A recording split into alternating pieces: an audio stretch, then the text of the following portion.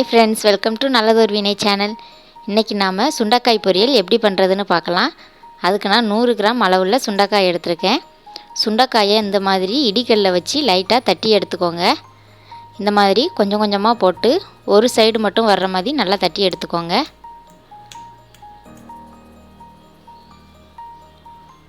பாருங்கள், இந்த மாதிரி எல்லாத்தையும் தட்டி எடுத்துக்கலாம்.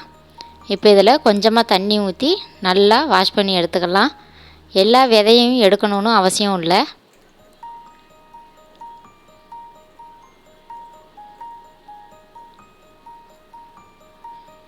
நல்லா வாஷ் பண்ணி எடுத்தாச்சு. இப்போது ஸ்டவ்வில் ஒரு கடாய் வச்சு ஸ்டவ் ஆன் பண்ணிக்கலாம். இப்போது 2 ஸ்பூன் எண்ணெய் சேர்த்துக்கலாம். எண்ணெய் சூடானதும் இதில் 10 போல் சின்ன வெங்காயத்தை பொடிசாக கட் பண்ணி சேர்த்துக்கலாம். 2 பச்சை மிளகாய் சேர்த்துக்கலாம். கொஞ்சமாக கருவேப்பிலை சேர்த்து நல்லா வதக்கி விடலாம். வெங்காயம் ரொம்ப நேரம் வதங்கணும்னு அவசியம் இல்லை, கண்ணாடி பதம் வந்தால் போதும்.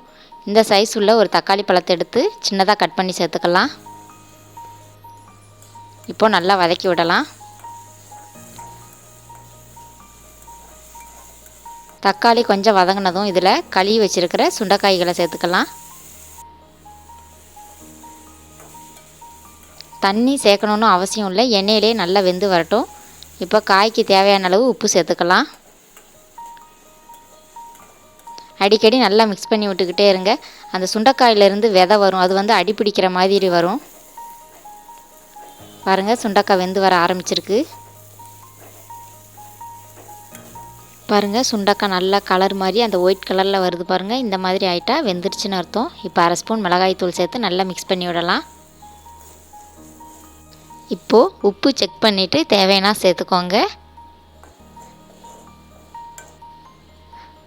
பாருங்கள், சுண்டைக்காய் சூப்பராக வெந்து வந்திருக்கு. இப்போ ஸ்டவ் ஆஃப் பண்ணிக்கலாம். இந்த மாதிரி சுண்டைக்காய் பொரியலை நீங்களும் உங்கள் வீட்டில் ட்ரை பண்ணி பாருங்கள். நீங்கள் நம்ம சேனலை ஃபஸ்ட் டைம் பார்க்குறீங்கன்னா மறக்காமல் சப்ஸ்கிரைப் பண்ணுங்கள். தேங்க்யூ.